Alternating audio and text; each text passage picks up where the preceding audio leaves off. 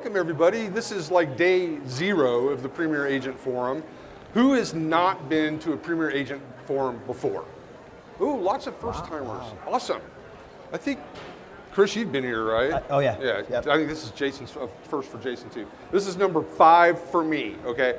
I retired from Zillow Group on August 16th of this year and got sucked right back into it to do stuff like this. So I'm Zillow Group's former Director of Industry Outreach. Like I said, I worked for Zillow for almost 7 years, retired in August, but I love this company, the people here, the agents here, so I asked if I could help at this and they said, sure, why not? So that's why I'm here and I appreciate it. I have 2 freaking amazing real estate brokers on the stage with me. I'm just gonna let them do 99% of the talking because you did not come here to listen to me, you came to listen to these guys. I've known Jason forever, for what do we figure, a decade? About 10 years. Yeah, a long time ago. Haven't known Chris for as long, but both of these guys are the kind of people that when I first met them, I was just like, I like this dude. I just like them. They're just good, solid human beings. And then when you hear about their real estate business, you're like, holy crap, I really like these guys. They're brilliant. So I have some questions on my phone. Let me find the questions. While I'm doing that, I'm gonna let you guys introduce yourself. There's no point in me introducing you. Introduce yourself, tell us a little bit about your business, where you're from.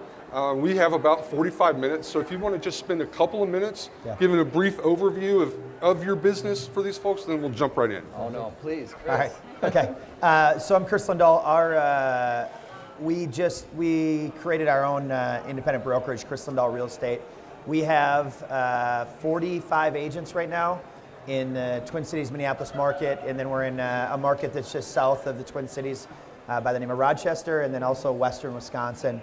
I started in real estate in May 2009.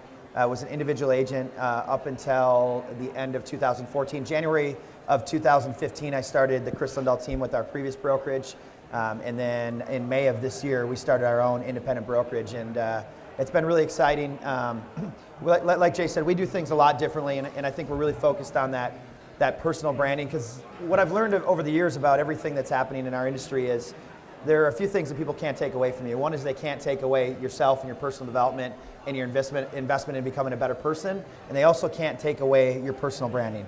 So no matter what the changes are, whether it's an iBuyer model or whatever it is, like if you have a brand, like you can pivot with those times. If you don't have a brand, you're gonna have a difficult time. And so we've been really focused on building a brand, and that's why I'm here today to share that with you. Awesome. Awesome. So I'm Jason Ferris. I've been a Premier Agent for, I don't even know, gosh, how would I even know that, Jay? It's probably on your profile somewhere.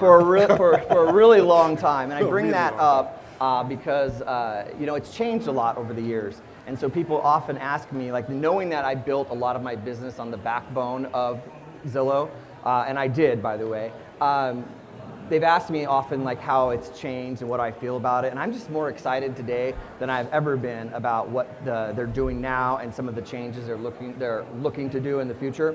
But I'm from Fresno, California.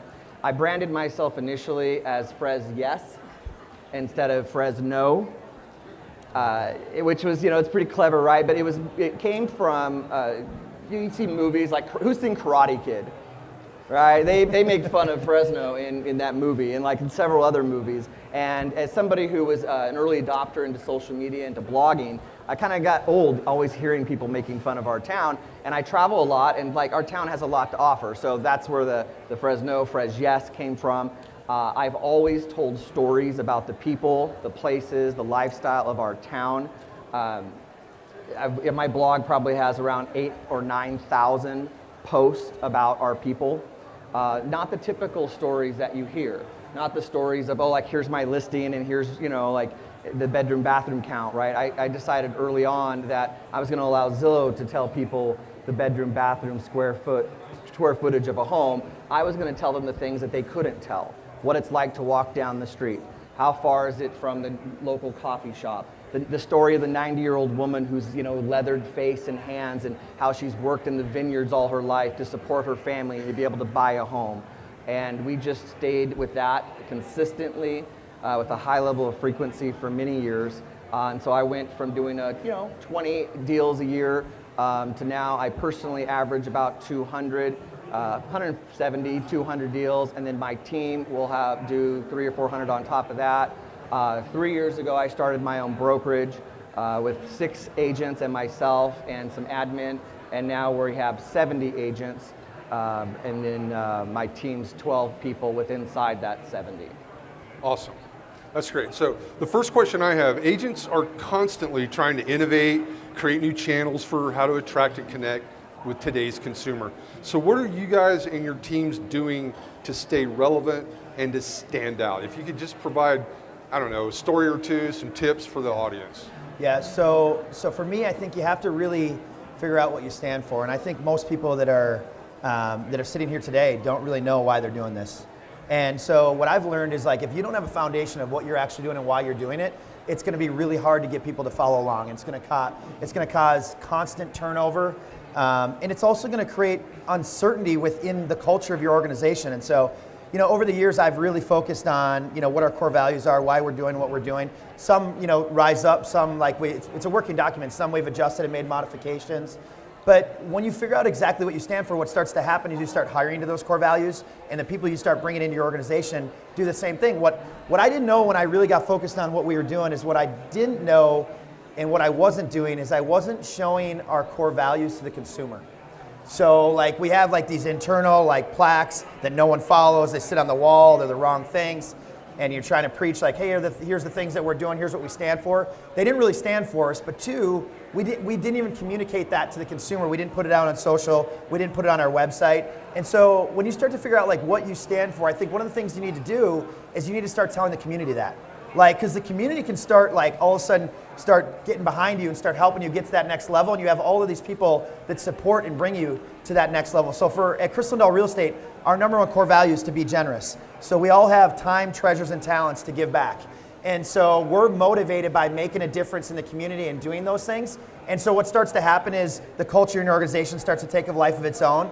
You have people in the community that start wanting to support that mission and start investing in your brand, and it becomes this whole separate thing than your real estate business. And quite honestly, if you're just focused on selling houses and making money, at some point you're going to be burnt out, or you're going to be lost, or you're not going to have the right mindset to lead an organization. When I wake up every day and I'm clear that I'm going to donate my time, treasures, and talents everywhere I go, things get a lot easier. So I'll give you another example of what we've done with that. So I just launched, we're known throughout, I would say, our area and starting to nationally billboards. But we had a lot of things along the way that we built up. So we have billboards everywhere, and we put one outside Philadelphia Stadium for the Vikings game, and we put a purple billboard out last year for the Vikings playoff game. People were like, why in the world is he doing this? People started asking me a lot of questions about billboards. So as I always listen to what people are asking me, I realized let's take that a step further. So I launched a podcast last week called Behind the Billboard. And the reason I launched it is because what I've realized is it's more about the people and more about the leadership than it is about the marketing. Everyone in here can buy leads, but the challenge is most people can't lead their organization because they're not really clear on what they stand for. And so I launched this podcast, and I said to myself, who do I want to listen to this? And I said, I want everyone to listen to it. And I think too often that we launch something specific to one niche, whether it's a seller or a buyer, we don't want them to see it, but we want them to see it. And so I was how do I create a podcast where the content can help everyone become better? And then what's going to happen is it's just going to continue to grow because of what we stand for in our real estate organization with being generous and giving back our time, talent, and treasures. That's why I created a podcast with no monetization plan at all, but to give back to the community of real estate agents in my market, real estate brokers, nationally, locally, community, all these different organizations, because I'm really clear on what I stand for. And I will tell you, for a very long time, I didn't know. I was in a really dark place. I was the number one agent in our market, but I looked in the mirror and I wasn't comfortable with who I was. And I think there are so many people in this industry that are in that area right now. And so when you look at branding, I think it's very difficult to actually brand yourself and grow your organization if you're not crystal clear on who you stand for as a person.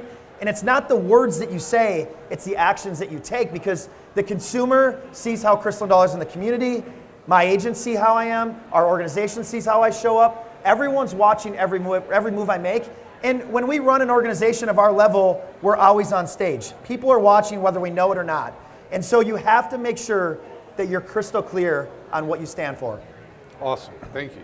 Wow, so much good stuff there. Yeah, right? I don't even remember what the question was. Dave. I was just sitting here listening.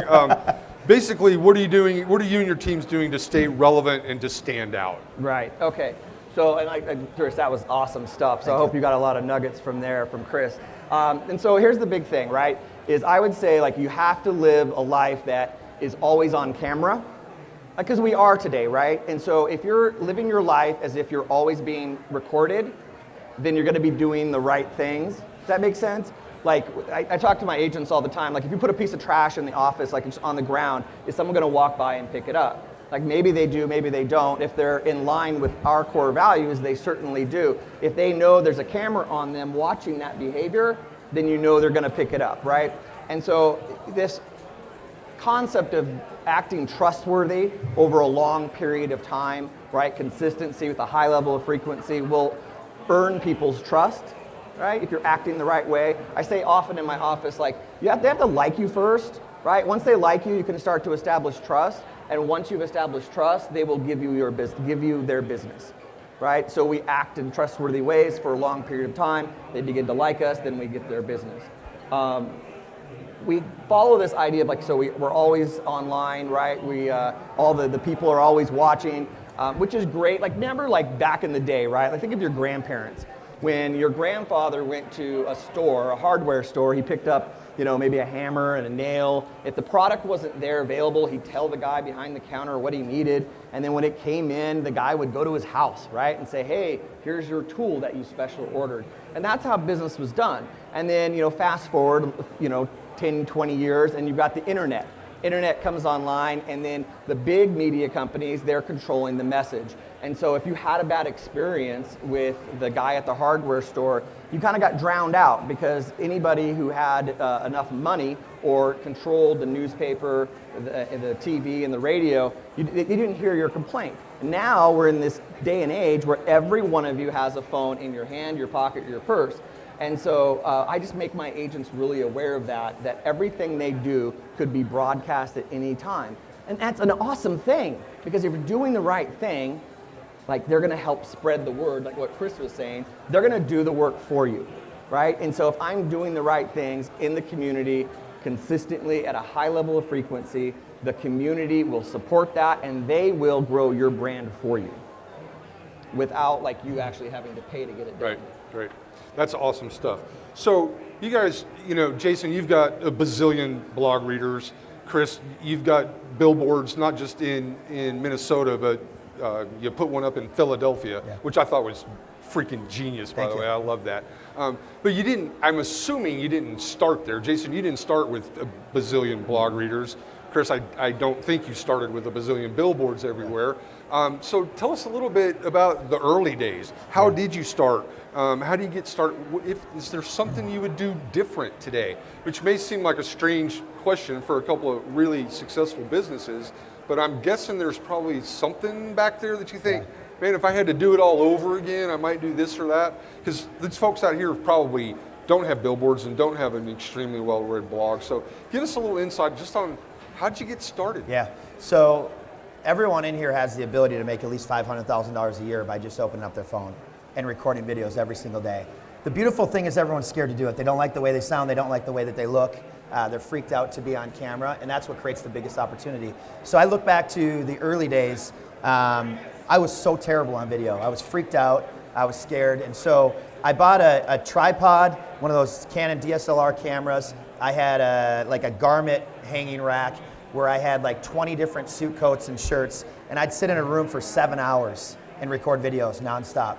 I had a piece of paper that was a script where the city name was blank, and I would just fill in the blank. And I would look at the camera, the sheet would be right above the lens, so it looked like my eyes were right on the lens, even though I was reading.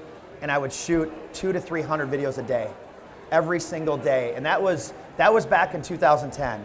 And I would just hit the remote, and quite honestly, every single time that I shot a video, I went in the hallway to see if anyone was listening because I was so bad.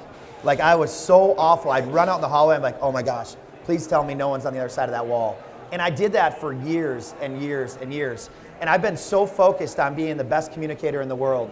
Like I believe that like everyone in my organization and in my community is counting on Chris Lindahl to show up is a really good communicator. It's why I can sit up here and talk like this with no notes or anything else. I didn't start this way. I started hosting events in my market. It first started as it was 30 minutes, then it was 45 minutes. Then when I got to an hour, I said, scrap the PowerPoint, scrap the notes. I'm gonna challenge myself to doing a presentation with nothing, no preparation or anything. Now I can speak for 3 or 4 hours without one thing. But I didn't start there. And same thing with video. Like, just pull out your camera and start recording videos, because that doesn't cost you any money and everyone has their time to give to those videos. It's one thing that every single person can do in here. And I think we're too focused on, well, we don't have a big enough audience. Well, if you actually look at a video on social media right now, and whether it's 10 views or 100 views or 10,000 views, every single view you have is more than you would have had without doing it. And so it's the best thing that you can do to grow your brand for everyone in here is video. And so you look at a lot of the social platforms right now, there's a lot of free reach left. And some of the newer platforms, you post a video and you might get 1,000 views. My LinkedIn, when I post something on LinkedIn right now, gets 3, 4, 5,000 views when I post a video that I'm paying $0 for. And so every single time that I do that, those types of things, if you look at how the world was created, it was created on face-to-face communication. Everything was face-to-face. And so all of this technology and artificial intelligence and bots and all these things that we've rolled out have got away from that. When you can do a video and you can talk directly to your audience, it makes a different impact than it does if it's a text message and they don't feel that empathy. If everyone goes and looks at my social media and you look at my Behind the Billboard Facebook page and you look at the video I did last night in my hotel room where I stacked up 3 tables on top of each other because I didn't have a tripod and I wanted to launch the Behind the Billboard podcast to everyone. I moved all the tables in the hotel room. It took me an hour to just set up those things. How many people would have actually taken those steps to do that? Or would we have made the excuse like, oh, the lighting's not right, the sound's not right? I did it over and over again until I had it perfect to launch that. And so those are the kind of things that I'm willing to do to be the best communicator in the world. And so if you want success at the highest level, you have to ask yourself your question if you're willing to be vulnerable and uncomfortable with everyone that's around you. Because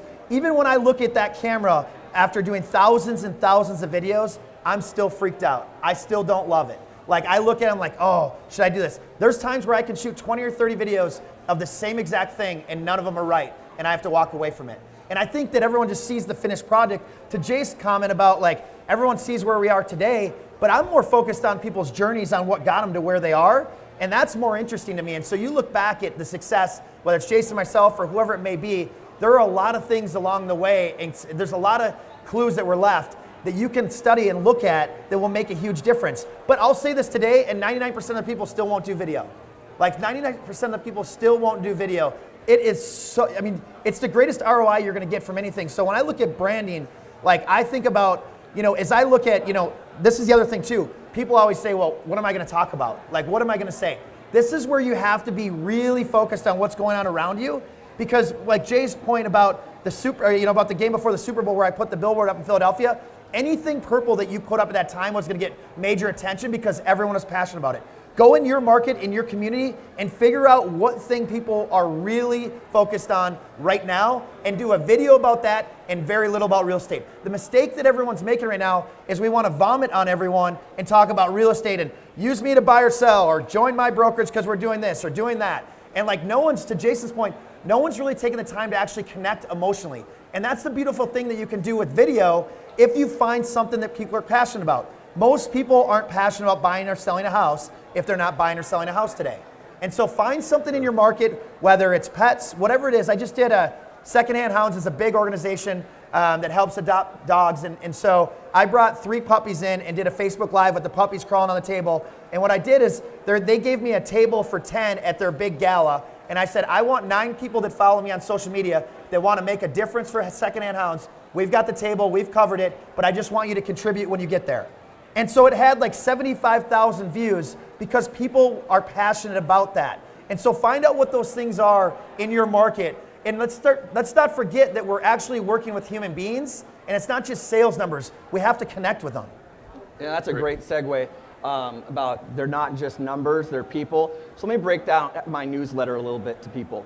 So my newsletter is one of the things I did early on, and it is still today my best source of business, a freaking newsletter. But let me tell you what my newsletter isn't, right? My newsletter isn't a recipe from Betty Crocker, right? It's not a, hey, turn the clocks back.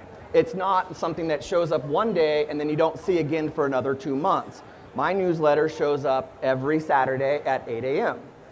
Like every Saturday for the last 7 years, period. Right? And is there a lot of readers? Yeah, absolutely. Like 26,000 people, which I would love to see that number, like, you know, with a 1 in front of it, right? And so that's one of our goals for next year, is to put a 1 in front of that 26,000. But you're ready for this? The 26,000 open rate, 90%. Get out. That's crazy. 90%. That's really good. Right? 90% open it up and they read it. Now, why? Because it's stuff that they care about. How do I know? I ask them what they care about, right? So I truly believe like it's important that we provide relevant information to people's lives, right? So how do you ask 26,000 people what they care about? You pick up the phone, right? Or you send out an email, or you put together a Google form that says, hey, tell me, do you like beer or wine? Do you like dogs or cats? Do you like the Oakland Athletics or do you like the San Francisco Giants, right? And so you ask them these questions. And then you tag them in your database, right? Whatever database you're using, whatever CRM you're using, like it should have the ability to tag interest. And so like if I'm like at a beer festival and I take a picture of a beer and I really liked it, I can go into my CRM, right? And I can send information that's relative to my beer drinkers. I don't send it to everybody. So my newsletter's the same way. Like there's multiple versions that go out. A lot of people don't know this, but there's multiple versions of our newsletter that go out. Some of the content is similar, right? But not all of it. Some of it is custom, right? So that's something that you can start today. It's not difficult. MailChimp, I don't know what it costs us now, like, I don't know, $150 maybe because our subscribers are so big. But you could start that today. And all you have to do, like Chris said, is just be you, right? Just write, right? Or do the video. That's all you have to do. If it's relative information, people will open it. And I tell my agents in my office that all the time. Like, you don't want to send emails and just say, here's my new listing, mortgage rates are going down, right? What happens when they get those all the time is they just hit delete, delete, delete. So then when you really have something that you want them to open and read, they don't open it, right? But if you're constantly giving them information that's relative to their lives, whether if they're into dogs, you're sharing with them a dog park, right? If you're doing that constantly, and it's really not difficult, it really isn't, then they'll always open your email, right? And then that's really great when you do have something you want them to know about in the real estate realm. Awesome. I mean, I'm still blown away by a 90% open rate. That is, if you don't know... It dipped to 89 a few months ago, and I got really like, like literally called people and said, like when they unsubscribe, like they've been a subscriber for so long, I just call and say, where did I miss? What have we done wrong here? What do they tell you what you did wrong? No, it's usually, I've subscribed twice, and I get it twice, so I just wanted one. There you go, perfect. Yeah, if you don't know email marketing stats, a 90% open rate is world class. I mean, it is way up there. I mean, there's companies that send out thousands and thousands of emails and hope they get 3, 4, 5, 10% open rates. So if he's doing something that's getting a 90% open rate, that's crazy and crazy cool.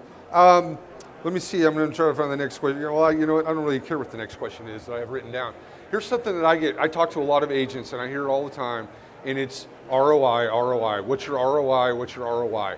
And I know when I owned a brokerage before my life at Zillow, I was a big blogger. It's kind of how Jason and I connected. People would ask me all the time, what's the ROI on your blog? You know, how do you measure it? So I'm going to ask you guys, and not necessarily specific, you know, the ROI on my blog is whatever, or the billboards is this, but how do you measure ROI? And well, I guess that's just it. How do you measure the ROI on your community building, branding, brand awareness type stuff? Yeah. Because it's kind of fuzzy, or it can be. For sure, yeah. So it's impossible for where we're at now to track ROI. I mean, we're on pace to do about 1,300 transactions this year with 45 agents. And we have things coming from anywhere. What I've learned is, it's like you look at Red Bull and you look at companies like that, you have to track overall lift of everything you're doing. When I first started, you know, I could have a phone number for my 5 lead sources and track it and track certain emails and certain signups. But when you start doing so much stuff, like they might get hit 4 different times from 4 different things, and they might just reference the most recent one. Yeah. But if the other 3 didn't happen, maybe they wouldn't have called on that last one. And I think we're so caught up in this branding thing that like it's like, well, what's the ROI of this? What's the ROI of that? Here's what I've learned is I know that the ROI is 0 if I don't do it. Like, and a lot of these things that I'm doing right now, like, aren't even things that cost significant money. Because when you really build a big personal brand, and what we've done in our market is you can get an immediate ROI from things on everything you launch. Whereas if you're first starting out in branding, I remember losing money on most of the things that I was doing, because what happens is over time, that's where you start to actually get a return on your investment. And that's the beautiful thing about branding is most people will quit after 2 or 3 months.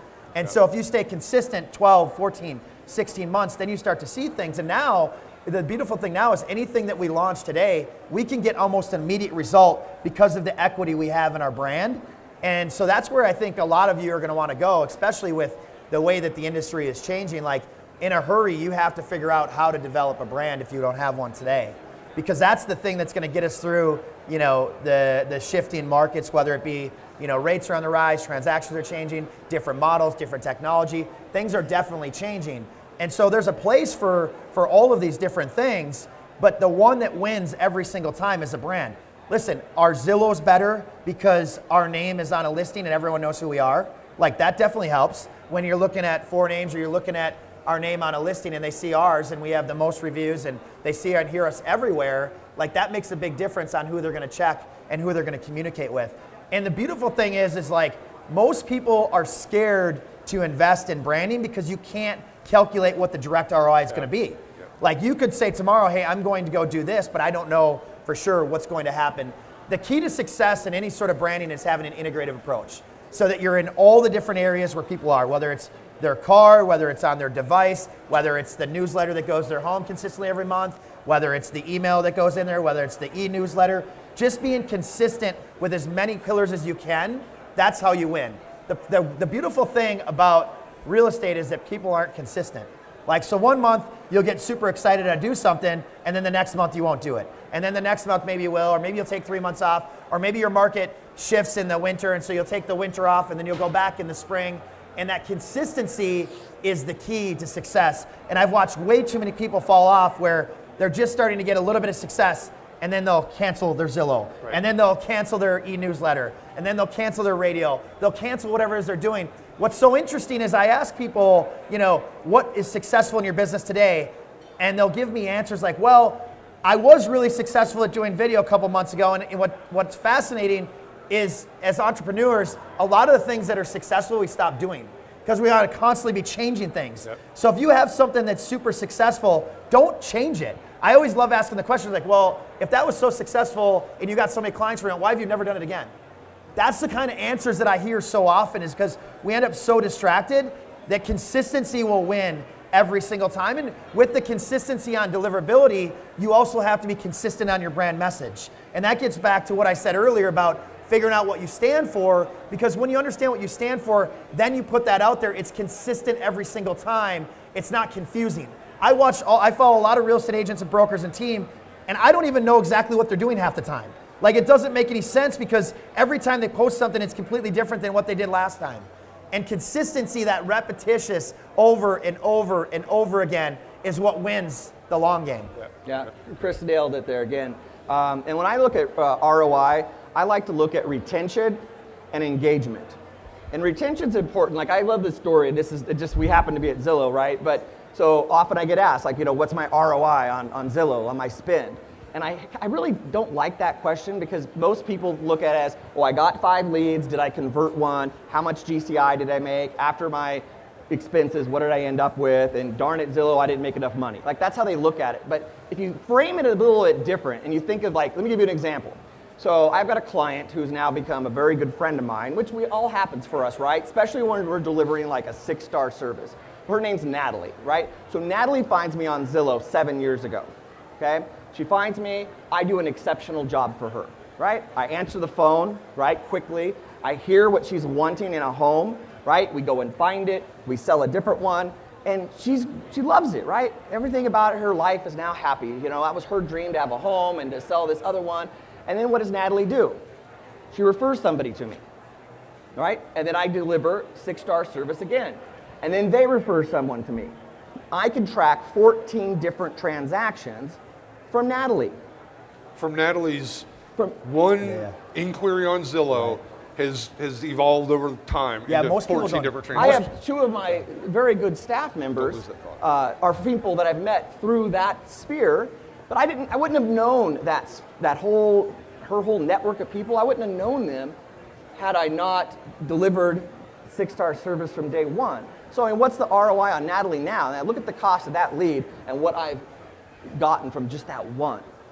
And so now there's obviously, I'm big in tracking and measuring, so there's things you can see a real ROI on, but I think the consistency and being in front of everybody delivering 6-star service is really what should be talked about more. How many blog posts do you think you have on Fresius? About 9,000. 9,000 blog posts. Okay. Awesome. That's consistency. I used to get asked the same thing when I was a big blogger and an agent and a broker. People say, what's the ROI on your blog? And I gave them kind of the same answer that Chris did. I don't know, but I know it would be 0 if I didn't do it. People, when you're consistent, right? When you're I get people who will call me and say, I want you to list my home, but under one condition.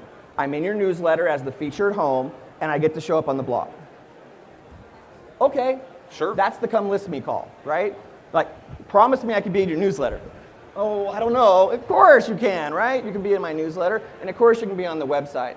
But but early on, to Jay's original question was what did you do in the beginning? And so I wrote, right? So I wrote stories, and I didn't care if there was 1 reader or 5 readers. I just committed to that, right? And then I just realized, look, every time I write, or the more I write, the more business comes my way. So I guess I just need to do it more often. And then you get so busy that, oh my gosh, how am I going to do it? Well, you scale, right? So then you just find like-minded people that will write with you. And so it went from 2 writers and myself to 4 writers and myself to 7 writers and myself to a full-time editor, 8 writers and myself. Nice. And that's how you grow it, right? You didn't have to jump in with 8 writers from day one, but the consistency does pay off. We've got about 10 or 15 minutes left. We have a handheld mic. You guys, if anybody has a question for either Chris or Jason or both, this is a prime opportunity to ask a couple of really sharp guys questions about branding, building a business. I know them both. They're super nice. They'll answer any question you got. So raise your hand if you have a question, and we'll take them. Come on, someone's got to have a question for these guys. Exactly. There's one back right behind you. When you were talking about, I think it's Chris, correct? Yeah, In the middle. yes. You were talking about being consistent, obviously, but you were kind of talking about repetitive, kind of the same type of thing. You didn't know what they were doing. Do you think we should be kind of the same message every time, or do you think they need to be more personal? I mean, what is your philosophy as far as bringing their personality and authenticity into their social media, especially? Yeah, awesome question. Definitely individual. I mean, there aren't very many things we do that are mass. You have to you think about video, sending out a mass video to your entire database isn't going to be very effective. But if you send one by one and you say, hey, congratulations on your engagement, or I just followed that you just went on a trip, you're going to get far more out of that than you are blanket sending a video out to everyone. But the consistency, I meant the look and feel of what you want your brand to be. And that's different for everyone in here because for me, being generous and giving back my time, treasures, and talents is important to me, but not be important to you. And so you have to figure out what it is for you and then build that message around whatever that is for you.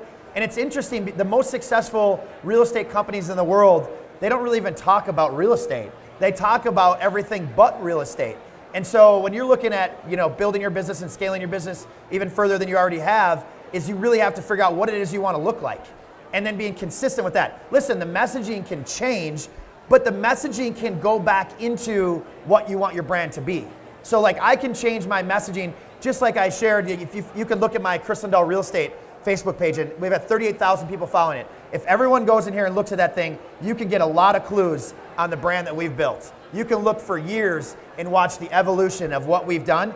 It's all public. Success leaves a ton of clues. You'll see how we've tied our core values and our brand into everything we're doing, and you'll get a very consistent feel for the exact way that I'm talking up here is what it looks like on social. And that's what I was talking about on the consistency. Great question.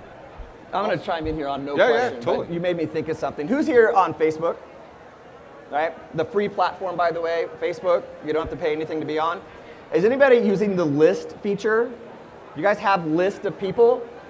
Okay, if you're not, look into it, just Google it, right, and find out what a list is. But like, and I don't know if Chris does this or not, we all have different practices, but like if you become a client of mine, right, once we close on the transaction, like you're in my past client list, right? But you also might be in my dog lovers list or my baseball fan, my baseball fans list. I've got list upon list, right? So when I post something on Facebook, sometimes people say like, I haven't seen you post on Facebook for like a week. Like, well, I have, like, all the time. It's just I haven't posted to your list yet, right? The things that you're interested in. So, like, my baseball people, like people that are really into baseball, like, I'm posting a lot. But I'm not going to, like, bombard the rest of my people with all the World Series talk, right? Because that's not what they're into, right? So, I think that's important. A little nugget, like, you could take away. That's probably one of the most powerful things that I do with Facebook. That's a great point. I think Facebook lists are probably the most powerful feature of Facebook and the most underutilized feature by far. I had an agent back when I was a broker owner that was killing it on Facebook, and this was years ago, right, not long after Facebook got released outside of the college world, and she jumped on it. There wasn't, nobody was doing Facebook ads, nobody was doing targeting stuff, but she was my top producer, and she'd bring a contract in. I'd say, how'd you find the client? She'd go, Facebook, Facebook, Facebook. It was over and over and over. And I finally said, what is it that you're doing on Facebook? And she said, I build lists, and every day, every morning, I go into my Facebook lists, and I look through them, and I just look for little things, kind of what Chris was talking about. Someone just had a kid that got married. Someone's dog died. I mean, it can be anything, good or bad, and she would just kind of reach out. Beautiful picture of your daughter and her new husband. Just, it felt like I was at the wedding. Sorry to hear about your dog. You know I'm a big animal lover too. And she would just use those Facebook lists just to reach out and make personal contacts. Not, hey, don't forget that I'm an agent and be sure to send me all your referrals. It was, great picture of the kids. Looks like you had fun at the party. Sorry about the pet. It's something more than the like. Everyone can sit there. Like when someone says, like a new agent says, well, I work Facebook. I'm like, okay, so what does that mean? Like, well, I like a lot of stuff. I'm like, that's not working Facebook, right? That's what you should be doing is going to your list, right? And then say, okay, for the next 5 minutes, I'm in this list and I'm gonna engage, right? I'm gonna just comment about, love the photo, love, I went to that restaurant too. What did you have? Like, and just quick, and you can do it in 5 minutes, and then move on, right? And then go to your next list, an hour from now. But it's that personal, right? And I think now more than ever, this is really important. There are so many companies out there trying to get the attention, the eyeballs of your people. As real estate agents, we have our time, our expertise, and our people. Everybody wants the names of our people. And so if we're not providing them with exceptional value each and every day, we're going to lose those people. We're going to find ourselves out of business. Yeah, I don't know if you guys noticed. I don't know how many times Jason and Chris both said the word community. If it had been a drinking game, we'd all be laying on the floor right now. They clearly focus on their community, right? And I think that's probably a big place for where real estates can take advantage of. Gary Vaynerchuk, anybody listen to Gary Vaynerchuk? He always talks about being the mayor of your community, right? He's not talking about going and getting your name on a ballot and having people vote for you. He's talking about doing what both of these guys are doing, building community, reaching out to the community, discussing things with the community. And Gary Vaynerchuk also talks about ROI, and he says, I don't know, people ask me about ROI all the time, and I say, what's the ROI of your mother, right? You can't measure that. I don't know what my mother is worth or what she's done for me, but she's done a lot, right?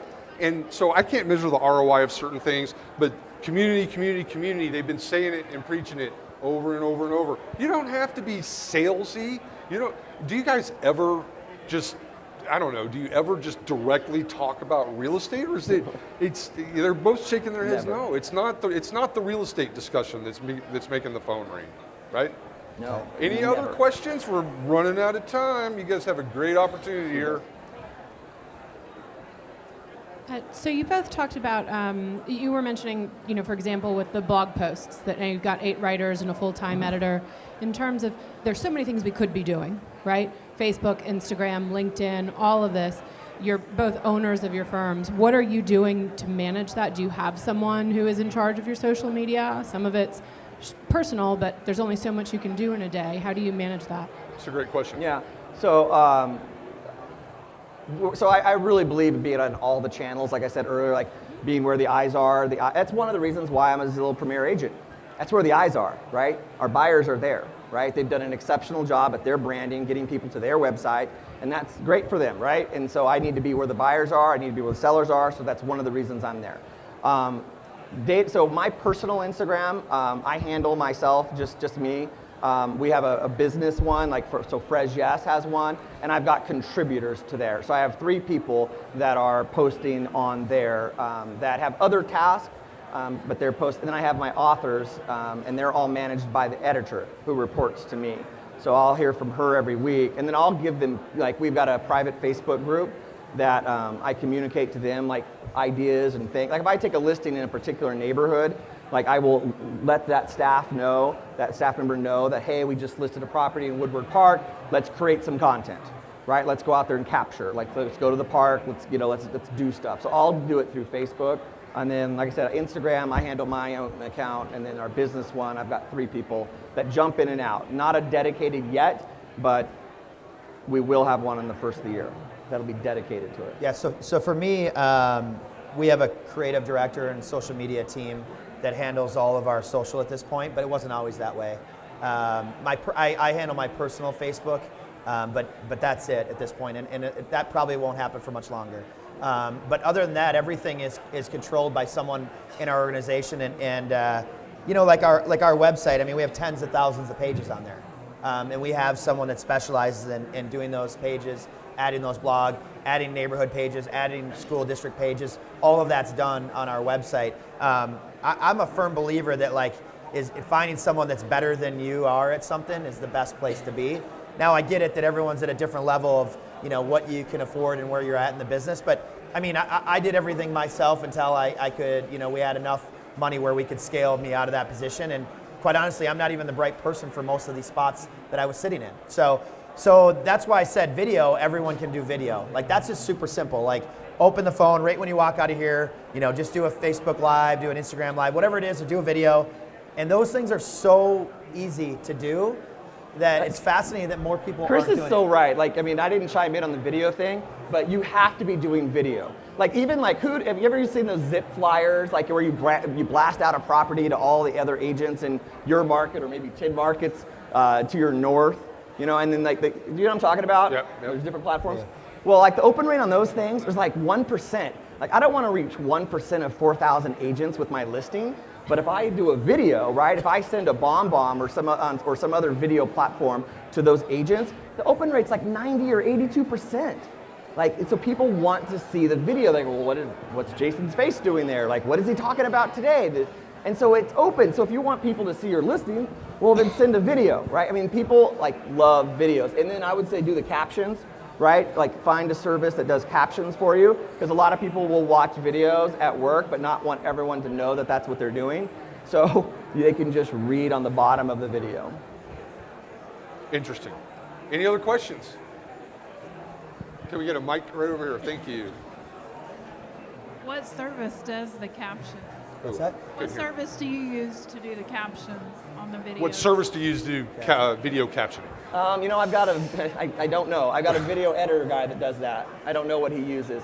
But I will say that our views went up on our videos once we started adding captions to our food videos or our house videos, or just me sitting in a forum like this. But that was a big thing for us, was adding that caption on the bottom. I use Rev a lot. I don't know if anybody uses Rev. So if you speak better than you write, Rev is an amazing service. There's an app for it. I'll be in the car, I'll turn it on and I'll talk buyer tips or seller tips or just my thought that's going through my head. And then I hit transcribe, and for a couple bucks, I've now got everything I just said in writing.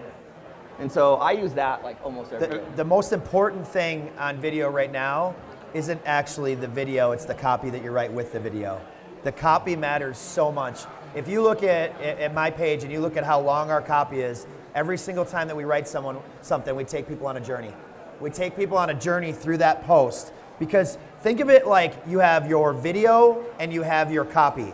Those are 2 different things that are going into the Facebook algorithm or Instagram or whatever that is, that you have an opportunity to shoot out there. And what I've found lately is most people do a video and attach 1 sentence to it.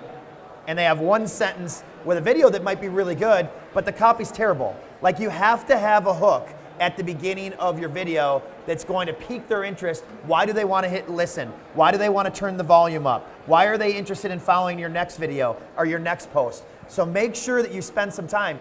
Think of it this way, like if your videos right now are getting 20,000 views or 50,000 views or 5,000 views, how long would you prepare to do that speech in front of those people? Would you just get up in front of them and talk with no plan? That's what most people are doing right now when they do video. Spend some time thinking about what is the copy that should accompany this video. Like I mentioned yesterday, stacking the tables on top of each other and doing that video, launching my podcast on the Behind the Billboard page. I spent 7 hours writing the copy, 7 hours. And go look at it. You can get a lot of clues from what I did at the beginning all the way down. These are the kind of things that you can learn from that are free out there, to his point about the free platform.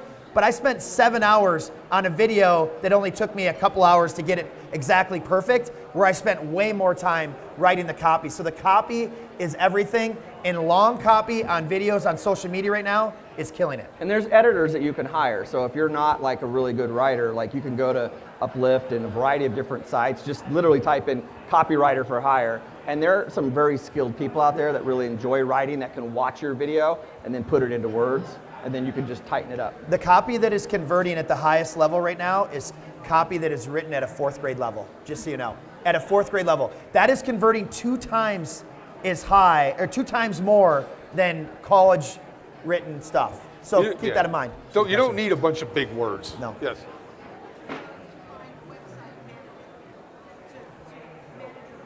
Where the question is, where would you go to find a webmaster, a person to manage your website? That's a really hard question to answer for everyone in here, because everyone's at different levels of their business. But you could go and get a freelancer to start a WordPress site for $1,000, or less. all the way up, or less, all the way up to a $500,000 custom website with 50,000 pages.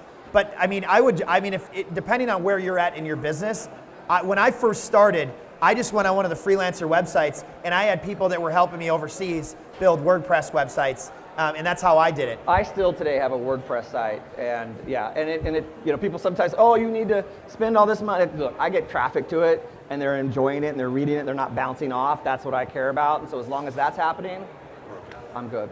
Yeah, so you can connect. I'll give you my guy if you want. Awesome. Last question, then we have to, I'm going to get the.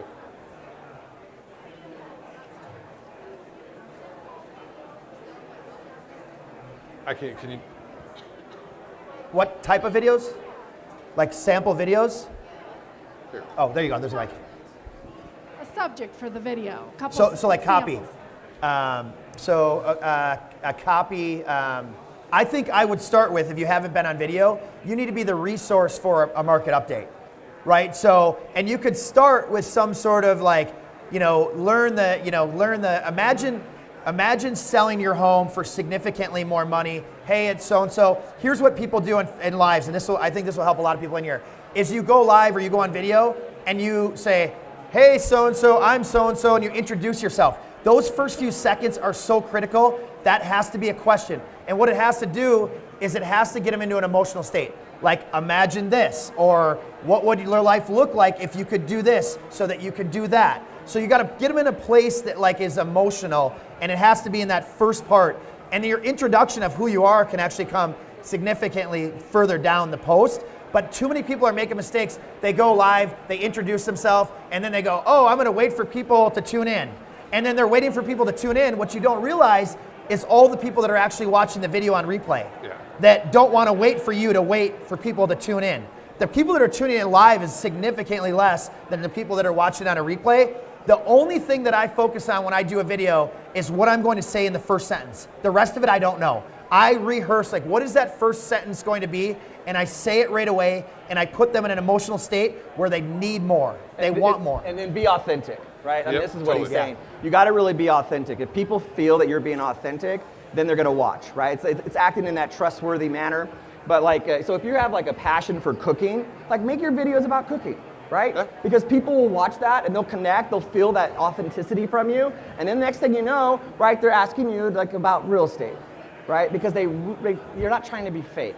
And people get it. Like you guys see that all the time. You watch a video and you're like, okay, that's just snake oil kind of person versus, wow, they really are good, or they're really passionate about this. I've connected with them. It's like, it's this thing like the newsletter or the Facebook list, like they find something in common with you. We're going to get the hook. Chelsea's over here giving me the evil eye. Thank you guys so much. Let's give Jason and Chris a big hand. How smart are these guys? Thank you.